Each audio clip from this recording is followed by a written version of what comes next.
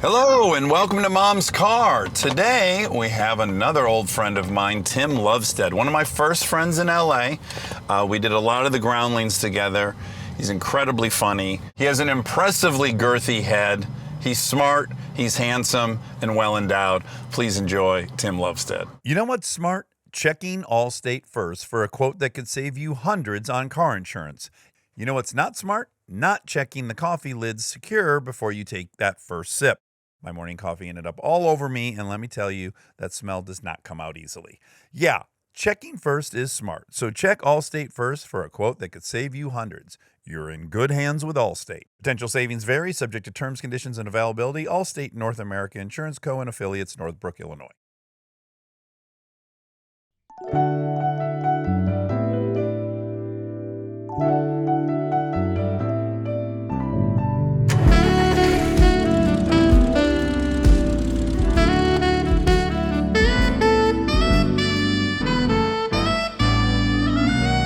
But now that Pitt did video, I think it's kind of over. We'll just tell people like, well, Brad Pitt did video. Wait, you fucking had Pitt? Yeah, last week. No shit. Yeah. Dude. So, like, just give me a minute on that. Like, did you? Let me fire up the app. Did you fucking... Spray. Was he fucking great? He was awesome, Tim. It was so wonderful and like... all I could have hoped for. He came in the best mood, so casual. And he mostly just was like really happy and having a lot of fun. And I was like, even if I don't get anything like, story-wise new, you've never seen him like this in an interview. He's just like having so much fun. And did he know sort of your legend with him and all that shit? Like all the bullshit you've talked about? Well, I had to tell him because, I met him in AA. He found out I was going to a track day he was going to, and he asked if I wanted to ride up with him on a helicopter. And I was like, yes, please. I'd fucking go on donkey back. Yeah. Are you fucking kidding? Yeah. A helicopter. There's no form of conveyance I wouldn't have joined him on. I'd carry you on a jackass's back up a fucking hill just to hang out with you. Absolutely. So I say yes to this, and now I'm like, I have this new fear where like, what if he discovers that my last 8 appearances on Ellen, all I've talked about is him? Like, I don't want him to get scared that I'm a weirdo. Yeah. So I did have to say to him, I'm like, hey, you need to know, I do this bit pretty often. I certainly have done it a lot on Ellen where I go on and I talk about how in love I am with you and blah, blah, blah. But I'm like, but no reason to worry. And he's like, oh, yeah, he had a good sense of humor about it. And then I don't know if you of course you wouldn't have seen this, but then I was a guest host of Ellen while she was out of town. I was her on an episode. Yeah. And when I got there, they said, hey, so we're going to have a surprise for you while the show's going on. Just know that. And I'm like, oh, okay. Like, we're going to show you a clip at some point. And I'm like, okay. So I do the monologue and everything. I sit down and I say, like, they're about to show me something. I don't know what it is. And then what they show me is Brad Pitt was on the week before and it hasn't aired yet. And it's a clip of Ellen saying to Brad Pitt, I don't know if you know this actor, Dax Shepard, but he has quite a crush on you. Right. And then they show him a montage of all the insane stuff I've said about him, getting the painting of me and him together. Yeah. And I'm like half terrified of what his reaction when they come out of the clip package. And he goes, well, I have to tell you something, Ellen. I have a pretty big crush on Dax Shepard. And they're filming me and I'm the host of the show. And I'm just like laughing uncontrollably and can't believe he said that in public. One of the things I brought up with him, I was like, look, I have 2 of you in my head. I have a dude I know, and then I have Brad Pitt, and I'm not letting go of that. And I just juggle those 2 things, and they're different. Do you have that with anyone? And he's like, yeah, I do. Yeah, for sure. He's like, I had it with Redford. He goes, I have it with Sean Penn. Like, he's still the dude I wanted to be. Yeah. And he's still Sean Penn, but then he's also the guy I know. And I was like, okay, good. I'm glad to know that it's not just me. That's incredible. That was lovely, though. And is that a hard out on that? Is it like you get 60 minutes? So they told us hard out at 3:30. I think he was 2 p.m., hard out at 3:30. But I had a hunch they're just being protective. Yeah. So, he was 10 minutes late. So then, who knows where we're at on that. But, dude, we hit the 2 hour marker, and he was showing no signs of wanting to go or anything. So yeah, it was a good like 220 maybe. Nice. And what a fun, like for him too, because he doesn't do, at least as far as, I mean, I'm not the media connoisseur, but he doesn't do a lot of that stuff. So like for him, I'm sure you guys were going through all kinds of fun stuff, and he probably gets a kick out of it more than anything. Yeah, he just had a great attitude about the whole thing. And yes, I was shocked as I started doing my research on him. Usually I have so many different interviews I can watch with people, and there's shockingly little amount of him in interviews. Like, he doesn't go on the late night talk shows really. He's done Ellen, he did Oprah. I can't think of ever seeing him on a late night. I'm sure he's done it. Did you guys talk about Jesse James? No, I knew you would want me to talk to him. Oh my God. I'd spend 2 hours just on that movie. Yeah. Yeah, you might have not been the right man for the job. No. Yeah. Nope. Because Okay, I would have honestly been like so specific and weird with my questions. Like, it would not have been good. You take a pause mid-word, not even a beat between words, the mid-word. I'm having an argument with myself. Is that a trout or a salmon underneath the frozen lake when you shoot down at the water? It would have been bad. But I had read that in a previous interview, when describing where he's from, Springfield, Missouri, yes, he says, it's Mark Twain country, it's Jesse James country. Yeah. So I do think he definitely identifies with that part of it. God, yeah. That's a good one. I think Monica summed it up best. Well, luckily, because all the Formula One stuff was at the end. And once we were talking about cars and motorcycles, he was like ignited. Oh, good. And was that sort of the fulcrum of why he came on? Like, do you know what I'm saying? Like, of course you've always wanted him, but the F1 thing just sort of delivered him. 10 little things, right? Like, he had to bring Cooper out on stage for something. And at one point he said, like, give me some things about Bradley. I have to bring him out on stage. And as a thank you, I'll do Armchair Expert. Like, he just kind of threw that out there. And I'm like, yes, here's 10 funny jokes about Bradley. And then will that really materialize? But then, of course, I think so that's in the mix. And then, like, he's kind of flirted with doing it. But then, if you're going to go talk about Formula One on a show, I'm not saying we're the best podcast in the world or anything, but you're not going to find a single person in show business that knows as much about Formula One as I do.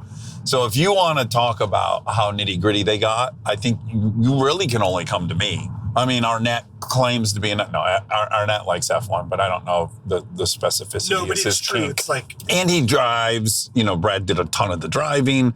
We've been on the motorcycle track together. So I think that was a big element of it. That's amazing. I'm so proud of you. That's such a great. That's such a great thing. When is it coming? When are you doing it? Airing it? So it'll come out on Wondery Plus Monday. And then Wide the following Monday. And who edits that, Dax? Because let's say you record it today with your guest. How long does that take? What's the turnaround on that? It really depends where they're at in the schedule. So, like, we will interview people where their project's maybe a full month out, or month and a half out. Oh, so you sort of time it for... Yeah. She just edits as we need to do the fact check. That's like her finish line of when the edit has to be done, so that she'll have had gotten her facts and everything. And then also it's going to be coming out within 5 days, so all that needs to be done. There have been like crazy quick turnarounds where it's like last minute we get a guest and it has to come out in 4 days. And the dream is when they give me a little, yeah. Like, someone just pitched for a book in September. I'm like, yes, that's exactly what we need. What was your day, Tim? Well, I work in wine, so I was all over Burbank, Glendale, and Eagle Rock. Just getting counts because it's the beginning of the month. So I was getting counts on the floor, cases. Like how many have sold in inventory? No, what we have on the floor, like displays. So my rep is in Budapest right now. Okay. So I'm covering for her. And then that was it. Just do you think they couldn't have picked a better person to represent a wine product? Because you have the healthiest relationship with drinking, annoyingly so, that I've ever seen. It does get crazy when it crosses over into like, so what are you a Merlot guy? Are you a Chardonnay? I'm like, yeah, I'm not really into any of it. Yeah, I'm a high life guy. If forced to drink some whiskey. Yeah. I like an O'Doul's. I don't know. Do you have duelers? I'm $1. Yeah, so that is a little... But you also will party, because like when we were first becoming friends, which I think we should get into the origin of that. Yeah. You were definitely like, hey, there's a Patrick Swayze semi-truck driving movie coming out. I'll come over with a 6-pack. Let's go to the theater with a 6-pack and watch this semi-movie. Well, I don't mean to step on your toes, but they were Coors Banquet Tall Boys. And this is where my drinking gets a little weird. If you make a tall boy available, I'm in. And especially like at the ball game, the Kings game here in LA, the Kings game. Sure. Your hometown favorite. Oh, yeah. And they have tall boys. And for whatever reason, I don't know if it moderates my drinking, because I'm like, I'm just going to have that. You have plenty. You don't need to rush. You don't need to panic. Right. Yeah. It's, and I love a tall boy. And that's what we did. Was that Black Dog? Was that the name of that movie? I was just about to say Black Dog. With Randy Travis. What a premise. Every truck driver will eventually see the Black Dog. Yeah. Black Dog. When he's too tired to drive. That was like the thread of the, am I wrong? That was the whole movie was about. But also like, whoever wrote whoever wrote Black Dog, the great thing about any movie involving truck driving, it's you're just the potential like gritty sequel to Smokey and the Bandit, because that's the only reason why we were there. Yes, is we were like, well, it's trucks. But do you remember, like, first of all, if you had semis in your movie, I was there. Yes. Also, Maximum Overdrive. I don't think I was ever more excited for a movie. Like, wait, the semis go crazy? Yeah, or Convoy. It's like, yeah, it's Christopherson. I don't even know who the fuck that is, but it's trucks. In a semi. Yeah. When you're a little boy, semis are awesome. Oh, man. I just remember also, I had at a summer camp, this counselor who was like, we would have to go to like a lake or out to the beach, and you're on the freeway, and he would want us on the opposing traffic. He'd be like, guess the truck before it gets close. Like and you got really good at like White Freightliner. What was it? Kenworth? Kenworth or like Peterbilt or Mack. Yeah. And so you'd be able to pick those trucks out. It was such a weird skill. You had to, or you weren't a boy. No. I was 9, but you didn't know your really. big race. You were a fucking sissy. But what a weird skill set to develop as a child. Yeah, so you could do that, though. You could eventize like having a 6-pack of tall boys and really dial into what is so joyful about that. Yeah. Just zero interest to have more than 1 or 2. I was always good at moderating my alcohol. And the irony that you got a DUI and I didn't. The notion that I would be going to pick you up. True. And the worst part is, bailing me out. And the fact that I was in the jail that my dad worked at. Yeah. And I'm sitting there, they're like, Lovestedt, huh? I'm like, yeah. Was he on duty? No, he had retired years ago, but there was probably 2 or 3 people who knew him. He retired before he died, because he died really young, right? He did. He retired in 87. At what age? Oh, 30. Man.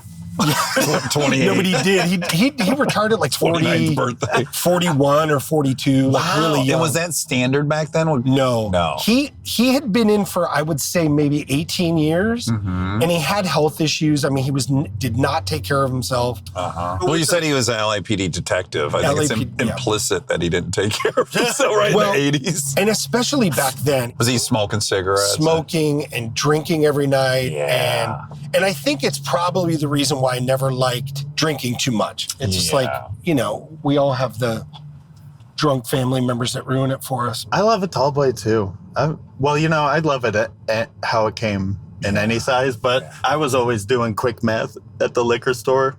With, you go to the cooler and you got a 12-pack, a case that's maybe on sale, 3 tall boys for $5, or something else going on, and I go, all right, how many ounces is in this deal? Then I got to add the fucking Michigan deposit on there. Yeah. The most thinking you had done.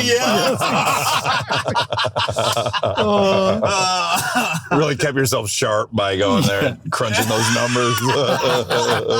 That's the only thing. Yeah, my thing was, you remember when you come see me when I lived in Santa Monica, my hack was I had figured out the 32 ounces of High Life for $1.19 at Save-On. I'm like, you model that out. That's a fucking 6-pack for $3. Like, what are we talking about? You introduced me to the 32 ouncer. I didn't even know they made such a thing. A quart of beer. Yeah, no one wanted it. So they were always slashing price. They were like, what is that? That's not a right. I'll just get a 6-pack if I want to drink 30 plus ounces of beer. My preference, of course, is the worker. Now, did you and I dub it that, or did Nate and I dub it that? I, of course, feel like you was involved. What was the worker? So the tall boy's 16 ounces, and the worker's 24 ounces. Well, two I think cans that's of what beer. I'm referring to is the worker? real. The worker. Yeah, I like that one. The worker's the way to go. Because you gotta earn that beer. Yeah. That's made for the big boys who did a lot when of you work. get off work. Yeah. I mean, you're not allowed to have that at lunch. Also, you had to be deliberate with it because if you weren't, it got warm in your hand and the beer tasted like piss by the time you got through it. yeah, you couldn't. So you had to really get after it. There's a time crunch. There's a ticking clock. Guys, we're on the clock. Yeah. Oh, hey! There we go. But That's a juice. that's gonna be an all day. $21. Yeah, That's gonna be juice. like 6 pickups. Yeah, this might get messy. Our favorite place. Yeah. We have picked up from here, I don't know, about half dozen times now. What was the store you worked at? Vaughn's. And then I worked at Gelson's. Why do I picture you in there? Well, I worked there forever. I know. I'm like, did we see you? Did I see you in there? You guys might have rolled in there. There's some stories that have taken place at the grocery store that I always tell. Like, I mean, first and foremost, that Tim blew his ACL out just standing. Yes, I know. And then like hit the deck.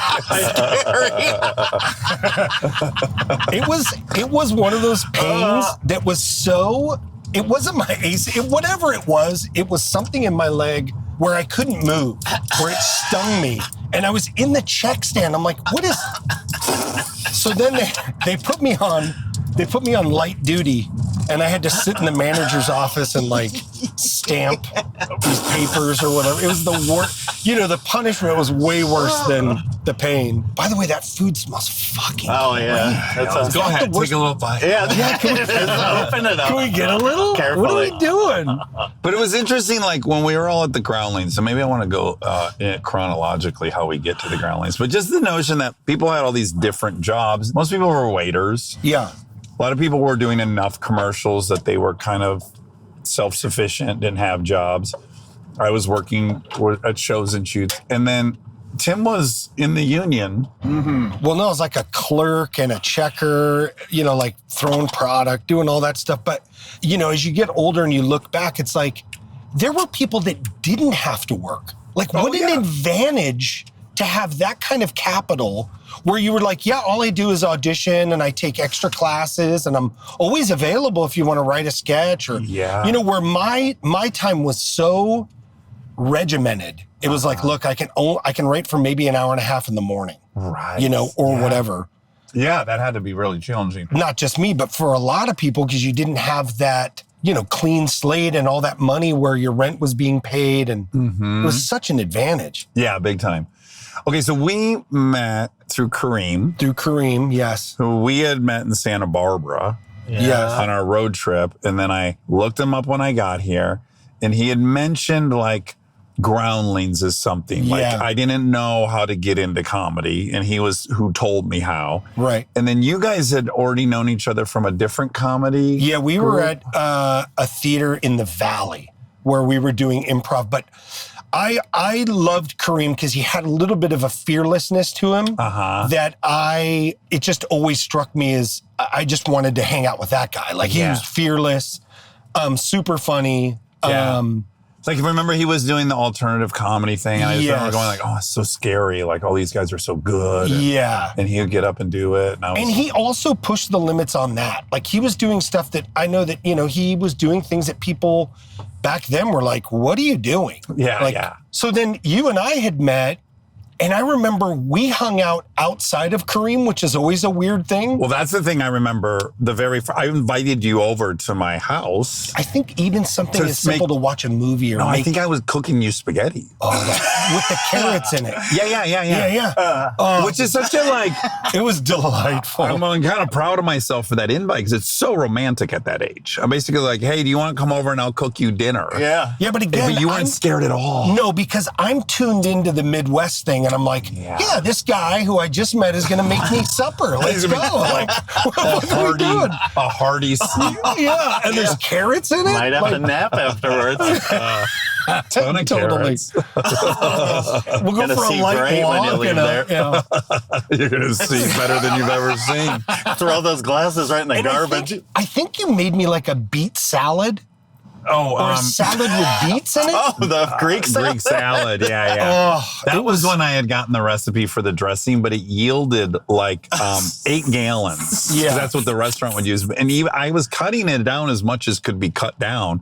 But at some point, some of the ingredients wouldn't work. So I did have to commit to I made 2.5 gallons of this dressing.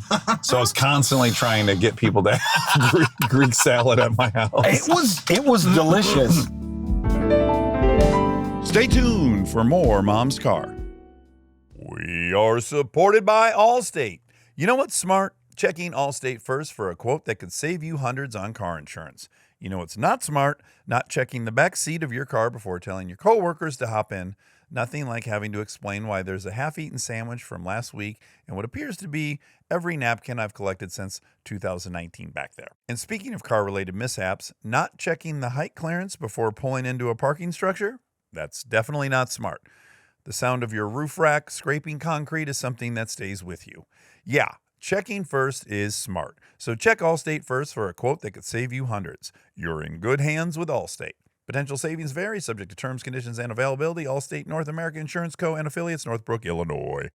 Get almost anything you need delivered with Uber Eats.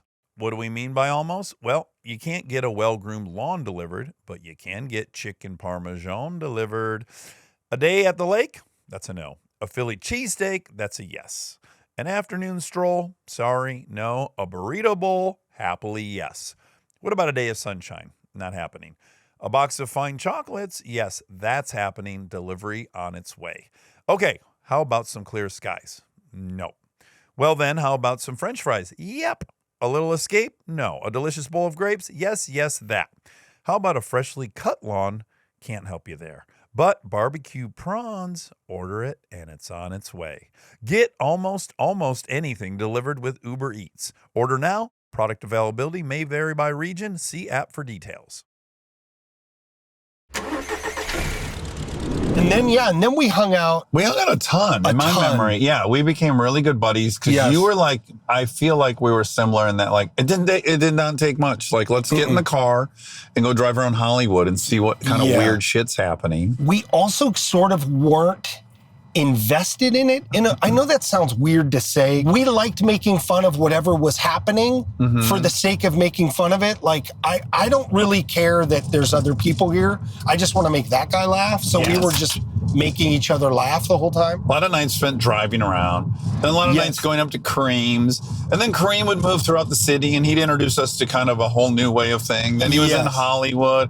We would go to those, just like out of Swingers, we'd end up going to these parties in the Hollywood Hills that none of us were invited to, and you'd take 8 cars. Yeah, he was kind of our gateway, I feel like. Yeah. I feel like I started Groundlings before you, but then I had a big break and you started after. I was thinking about this the other day. So we were friends, and I had gone through that advanced part where, you basically do 2 shows. And after those 2 shows, they're separated by 5 or 6 weeks. I forget the exact amount, but you do 5 weeks of classes, then there's a show, another 5 weeks, then you do a show. And based on those 2 shows, they decide if they want you in the Sunday company. Well, they had decided that they wanted to have me repeat. And it was really disappointing. I love the people that I was with. I mean, like Andrea Savage was in that group, Jim Cashman, Steve Little, those were my people. And I was definitely disappointed. And then I got sort of ignited into it after a while. Really quick, was there a battle though with your pride at that moment? Like, I can't repeat. Or no? Yeah, I don't know if I was like, oh, well, that was a big injustice or whatever. I didn't have that issue. Yeah. But of course you're disappointed because in your mind, you're like, okay, well, those are my friends. I'm going to go up with them and we're going to be in the Sunday company. So then what happened is after some time, they had called me and said somebody had quit from the current advanced show. Did I want to hop in? You guys had already started. And that was your group with Caitlin and Josh and... Which I had a huge gap between level 3 and 4 because I was going to UCLA and whatever other reasons. Yes. And I knew that you were in. And I said, it was Mary Jo who called. And I said, Mary Jo, let me call Dax. Because my thing was like, well, this is your experience. I don't want to be like your buddy showing up in your advanced late doing fucking Tim Lovestedt shit, like yelling and screaming at the audience and doing my dumb shit. And you were obviously awesome about it. And you were like, if you want to do it, I mean, we've already been in for a couple of weeks. It's one of those decisions where I was like, well, yeah, of course I want to do it with my buddy. Who gives a shit? Yeah. And we did it. And obviously it ended up great. Like we both went on to Sunday, but yeah, it was a little daunting because you guys had already known each other and I didn't really know anybody. Was Larry in our group? Yeah. Larry, I knew Larry. Yeah, I remember being so jealous of Larry because he was in like 7 national running commercials at any given time, and he like drove a Lexus and maybe had a condo, and I was like, this dude is fucking ready to retire. Yeah, Larry was definitely, he had so many commercials. He slayed. Yeah. I almost even think like he, not only did he do a good job with that, but he also handled quite effortlessly our clear jealousy. Everyone there is going to commercial auditions and not getting him. And he had a great sense of humor and self-deprecation about his raging success. We almost suffered from, and I think this would be a problem like if Aaron and I went through together too, which is like our sense of humor is already like 10 jokes down the road. Like it's so specific already. To catch you up to why we started here, it's like you almost needed a year of inside jokes before you would think that was funny. But we had that stupid sketch where we were duck hunters. And all we talked about was how exciting it was about to get. And then like we kept checking in with the audience like, right now it's quiet, but in about 4 to 5 minutes, things are going to get very exciting. I remember one last, there's going to be a fervor of activity. And then we talked about how exciting the excitement was going to be. It's the stupidest and nothing ever happens. Oh my God. Also, like what an innocent error. We had a 30-06 and a 12-gauge shotgun in the theater. Yeah. What were we? Yeah, and like I didn't know. Obviously, I didn't go to drama school. Like I didn't know you couldn't bring firearms weren't welcomed in the creative space. Yeah. And even the notion that we both had some weaponry to bring. Yeah, I had like my dad's gun. Like, your dad has a gun? I was like, yeah, he's got a bunch of them. So this week, the people that we were chatting with, I've been kind of trying to think of like a broader theme. And so like, have you ever met my friend Ryan Hansen? Yes, but like glancing. Okay, so Ryan is just, when I think of him, I think popular. He's just so popular. No matter where he's at, he's like the most likable. He's charming. He can do backflips. He was an athlete. He's kind. Yeah. He's cute. And so I really want to talk about just like being popular. The one I wanted to talk about with you is, and only if you're open to it, feel comfortable with it. I have an enormous amount of, I guess you would call it survivor's guilt from the Groundlings. Okay. Because I had like Josh Nathan, who I just thought was a fucking brilliant genius. He was a machine, like a writing machine. Every one of his were pretty damn good. Like his consistency rate was off the charts. And the gap between throwing something up on Wednesday and it hitting the stage on Sunday, he always had the smallest gap. Yes. Like what do we need to fix? And I'll say he was a better actor than I was. Like he just had a lot of skills that I certainly didn't have, as did many people in there. I don't think anyone could really be there unless you're Melissa, maybe. Yeah. And think like, I'm the shit here. Right. I don't know if you agree, but I was just in awe of pretty much everyone's talent that was there. And so you feel what? The notion that some people hit the jackpot and some didn't feels terrible on my side. Okay. I mean, I'm delighted I hit the jackpot and hit the lottery. But I also just feel like there is just no justice. There were a lot of people that certainly deserve to hit the jackpot, if not the same amount as me, more than me. And and I feel bad about that.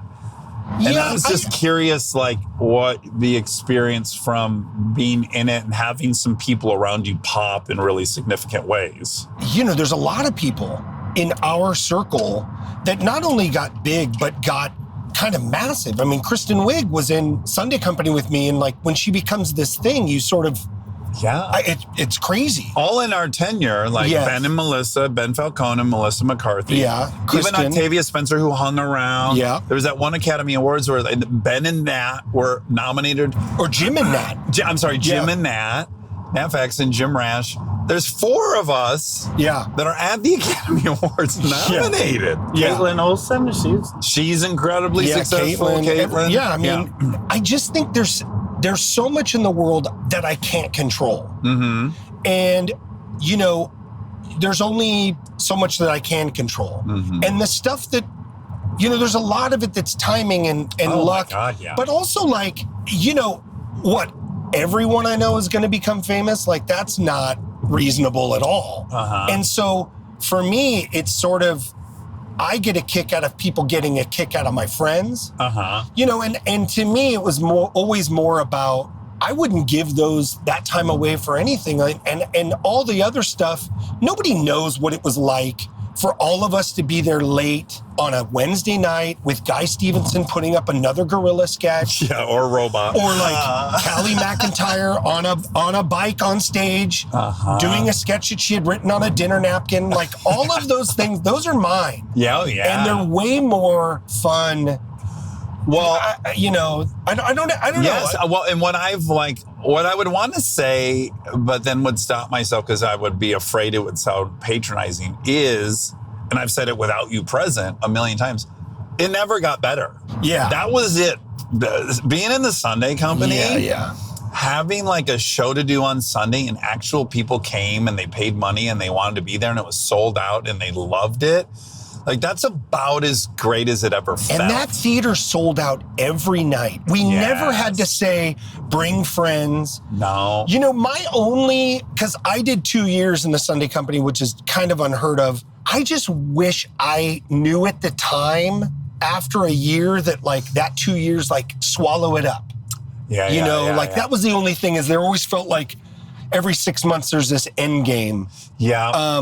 But it's hard great to enjoy it because you're always a little panicked you're going to get kicked out. Yeah, and it becomes this competitive thing, and you're counting other people's sketches. Ugh. Yeah. It's a competitive environment. And only so many are going to get in and some are going to get But what a gift, especially at that time. You look at the time we're in now and like things have changed so much, but in that time you could really let loose. You could create to your maximum, sounds weird to say, but potential, no matter how deep you wanted to dig on the weird things you thought were funny. Yes. You did have a space to do that. Yeah. Even more fun was Wednesday. Oh. Because you're putting up sketches that ultimately the director will go, you can't do that.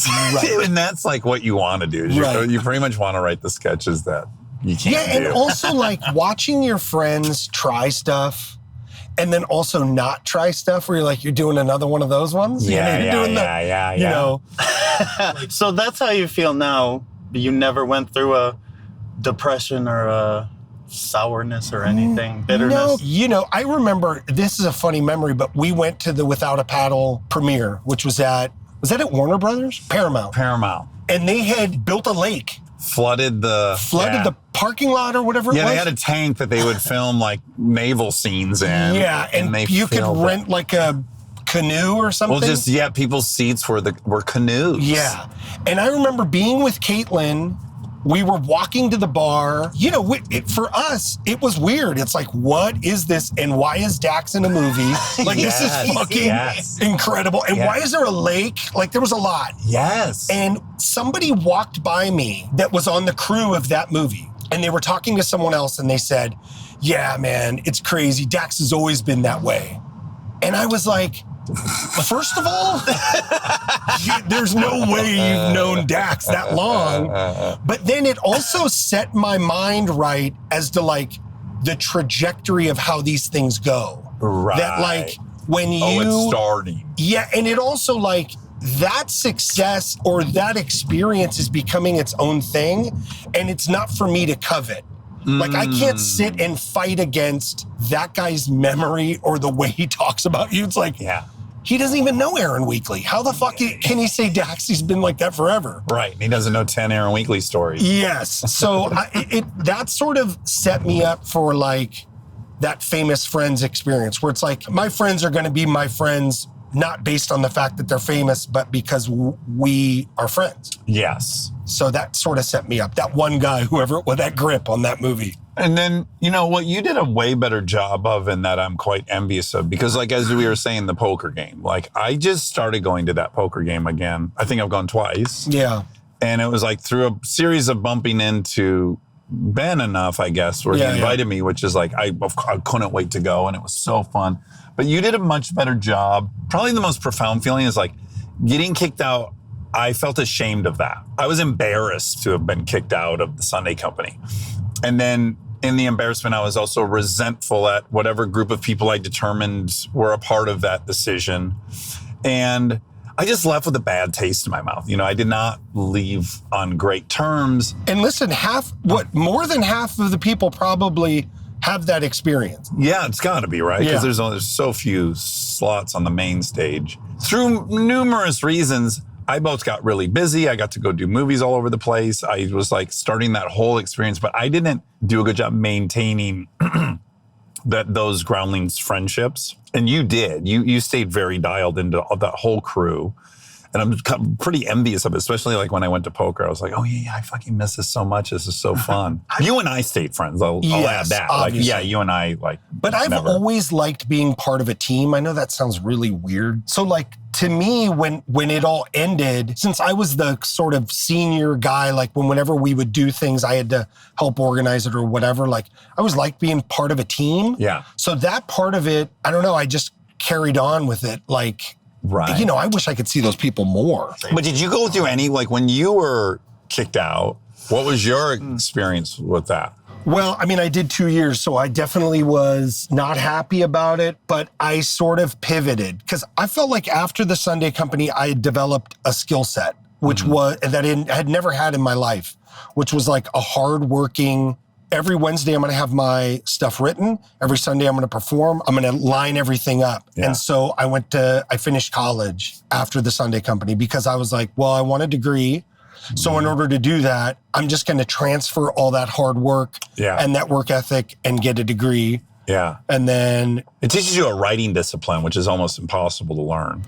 And, you know, the competitive part was, okay, if I'm going to be doing this, then I need to do it. Like I need to really do it. So that means investing time in the writing, investing time in the other people, investing time in making the show better. And so, because Sunday, I remember having shows where I was only in one sketch. And I was like, that just can't fly. Right. So I got to figure out how do I get on stage? Yeah.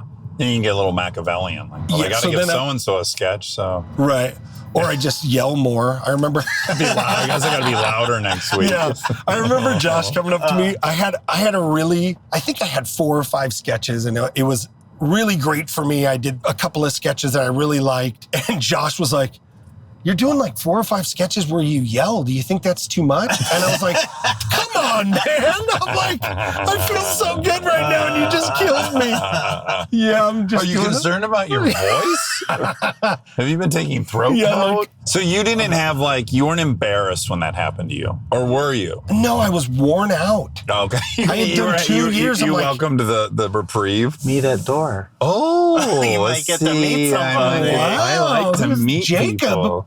Jacob's in for a surprise. Yeah, he is.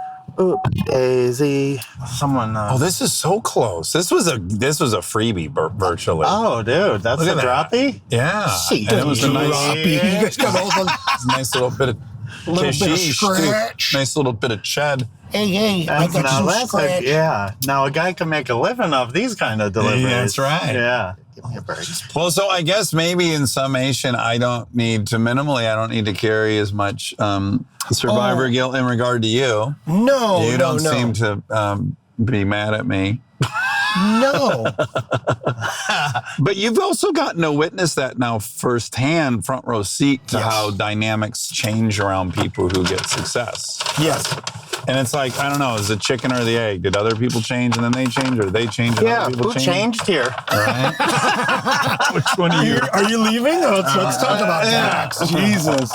That guy could not care less, Dax. No one can. Nobody It's cares. been a very humbling. No one likes to make eye contact anyway. Yeah, like, just deliver it, dope. And then the people that do, they're more confused. Yeah. Like, that's that dude, but that's obviously not that dude. And why does he have all those cameras? Why does he have that?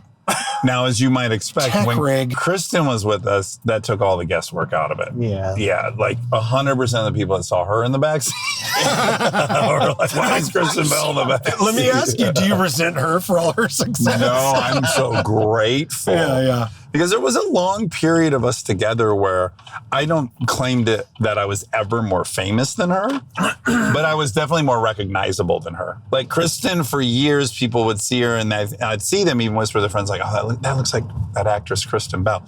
When they'd see me, if they recognized me, they're like, yeah, that's him. He's 6'9", the huge nose, the whole tattoos. There was a long period where I would get blasted more than she would. And so in general, I'm fucking delighted that there's someone that people are more interested in talking to than me, which is unanimous at this point. Yeah. If you bump into both of us, unless you're an armchair, Right. you want to talk to Kristen. I'm like, go get him, girl. I'll be over here checking my phone. Well, I'm like, I take pictures a ton. You know, I'm the one taking pictures of her and other people. And I'm delighted about it. I got to experience it. It's waning. Like I'm less and less famous every day. Yeah. Longer I've not been on TV. I can feel it. Yeah. And it's delightful. Yeah. I almost feel like it's almost too good to trust. Like, wait, you don't get to be and then not get to be, or get the perfect amount you want. You get into a restaurant, but then you're not taking a lot of pictures. I've seen from afar, even from Michigan, it's definitely the other people that have changed. Oh, well, the people That's around comforting. you? Yeah, like when Dax was first starting out on this journey, and must be nice to be on that movie. Hollywood, whatever. And it's like, Must be nice knowing how you're going to pay your rent. He's the exact same. He got in the movie. This is what we only could fucking wish for any of us, right? Or this is why we get excited. Like he did it because we knew he'd be the one to do it. I always felt like I was the only one that stayed excited. I'm like, fuck, you guys suck, dude. And I'll spend my entire life sticking up for it. So I do think when I think back at the Groundlings, like people would say, Caitlin told me one time, she was like, I always knew Dax was going to be famous. And I was like, you did? Right. But based on what? His lack of headshots? His lack of representation? And that's, honestly, I'm like, that guy's a fucking dipshit I hang out with. So is wrestling a pretty big drinking problem, that guy? You mean the guy who's collecting quarters so we can buy a tall boy? Just discharging his 12 gauge above the heads of some gangbangers, racing to his apartment. It might have been a mistake. Like, maybe it was a mistake, but I never was like, none of that became tangible where it was like, I'm going to do this to get to SNL. Everybody said that, but for me, I was always more present than that. I have, in a weird way, felt like moving here is a blessing in a sense. Because like me, Caitlin, whatever, we left our family and all of our friends to do this thing. So if we left everyone for nothing, that was going to be a big miscalculation. And I think for people like Jess lived here, he had his friends from home. He still, like he could eat dinner at mom's house. Yeah. And I do wonder if that like prevents a little bit of the pressure you would put on yourself otherwise if you moved here. I think there's truth in that. But hence my devastation when that door's shut. Like, okay, well now Saturday Night Live is completely off the table. There's no way for me to get there now. That's over. This whole dream that's been going on for 10 years is done. To that point, too, I do remember people would from time to time audition for SNL while we were there. Yes. And you would find out they didn't make it. And I remember thinking like, well, that's just crazy. Right. Yes, So that, so that guy can't be on SNL? Like, yeah. So it sort of spelled out a little bit of randomness of it, I guess. Yeah. You know. Well, that's what's funny. As you're even saying it, I'm remembering, like, I did not think I would get to SNL. And yet I also was trying my hardest to get to SNL. Right. Like, both things were true. Yeah, I was like devastated I was no longer going to get there, but I never even thought I would get there. I'm learning you're not as neurotic as me. I think that's what I'm learning in this whole conversation. I also, my point of view. Tim's like, psycho. Yeah, totally. Good thing he made it. He would have killed himself. Yeah, Jesus. And I actively was. Aaron, you want to take over on the wheel? I've got children. I think people being angry is funny. And I think people getting angry with themselves and embarrassing themselves is funny. It always makes me laugh. I think saying things in the worst spot is funny, and for good or bad. I know. I was just having this debate with Monica and Alexander Skarsgård. Okay. It's very Swedish. So the whole time I was just like, all I wanted to talk about was like the difference between Swedes and Americans. It's so fascinating, right? But somehow it came up. I'm like, well, let me get this straight. When you guys walk into a room and you see a dude in a wheelchair, do you not immediately go like, don't talk about running, don't talk about jumping, don't talk about how much fun you had like on a hike? Like I just start listing everything we got to avoid saying, but that goes for almost anything that's in a room. It doesn't even have to be as extreme as a wheelchair. Yeah. And they could not relate to that. And I thought that was like a human thing, but it's not. Oh, do you do that? Of course. Yes. See a guy with an eye patch, you're like, don't bring up guns. Right. Yes. Don't bring up pirates. Don't bring up Johnny Depp even might trigger this guy. All right, you got a question? Yeah, Tim, and I'm wondering, because we don't know each other as well as we should. We don't know each other that well. No, of course, as well as we should. Yes. Just from today, I'm like, I don't think you're as petty and yeah. I know. I'm feeling kind of bad about myself. Yeah. In a great way. Anyway, wrote this down beforehand. Do you ever brag about things that you were good at, but it's a flat out lie? And that no one knows. Oh, like something that I'm not good at, but I would tell a story about how good I am at it? Well, we'll go first so that you know the bar. Okay. I don't even know how we ended up admitting this to each other, but like I somehow admitted to him that at some point I told Guy from Groundlings, who was bigger than me and stronger than me. Yes. And I was trying to demonstrate my bona fides. Yeah. And somehow I said, I lived in Detroit. He said, oh my God, did you ever go to the Kronk gym? And I go, oh yeah, all the time. Like, I trained there.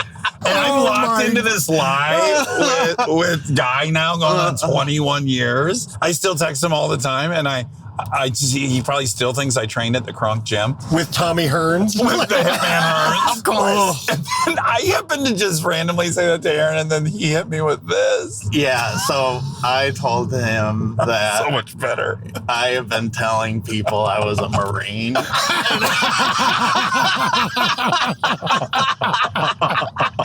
Oh, no. Which came with a lot of stories. Because once you commit, you can't fucking. People want to know because that's a good story. You've gone to? Of course, I was overseas. No. And Dax can't just quit with you trained at the most fucking famous gym in Detroit. Like there's more that comes along, so you keep digging, and then I hope it doesn't get to where someone knows me good enough that knows that. So I have to keep it only between a certain group of people. Hey, do me a favor. Don't tell my mom that I was a Marine. Also, when he was a Marine, he boxed in the Marines. Oh yeah, I boxed in the Marines. Oh my God, I'm sorry. Yeah, that was the sorry, I boxed in the Marines. Oh my God. No. Yeah. It makes, what's funny is that it makes me so happy when you told me that story. And then also, like, my guilt and shame over having lied about that is at 11. And when I heard that you said it, I'm like, oh, this is adorable. This is like a boy trying to be a big man as a Marine, and his dad was a Marine. It's so obvious what's going on. I just told my dad. Maybe your dad wasn't a Marine. Right. He lied. It's so funny because it's semi-small, but really big for you. Oh, do you know what I mean? Like, it's not like And it becomes almost untenable. Like, when Guy would bring it up, I'm like, oh, I'm panicked. Like, I can't remember what I tell him I met Emmanuel Lewis or Stewart or whatever the trainer was. Like, I said I had lunch with. That's one of the most interesting things about you. It really is. Have you had Tommy Hearns on the podcast? Especially for Guy. That was like...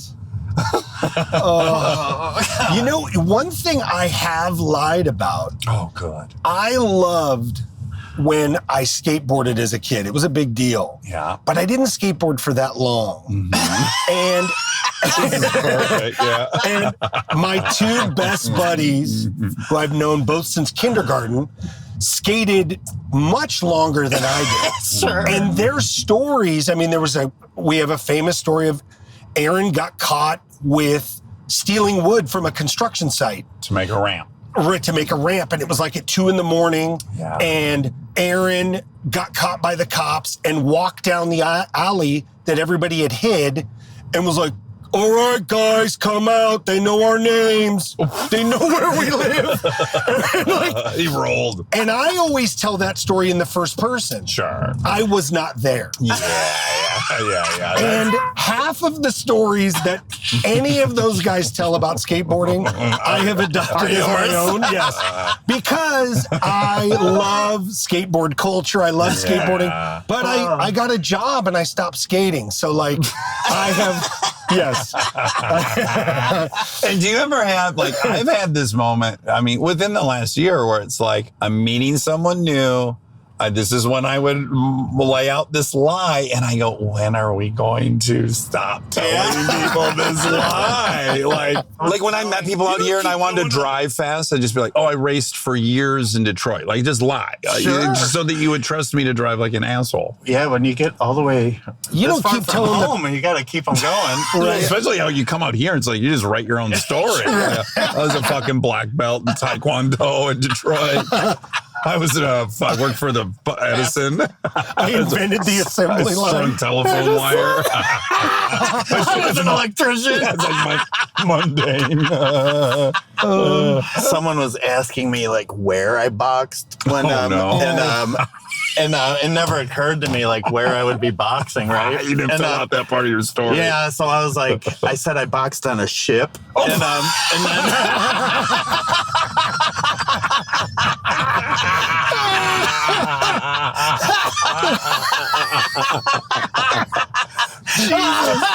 That's so sad. they're like, so you were on like a Navy ship? I'm like, yeah, exactly. The Marines, the Navy. You name it. There was boxing gloves. I was boxing. We're all together. On a balance beam. I boxed a guy on an I-beam while building a skyscraper.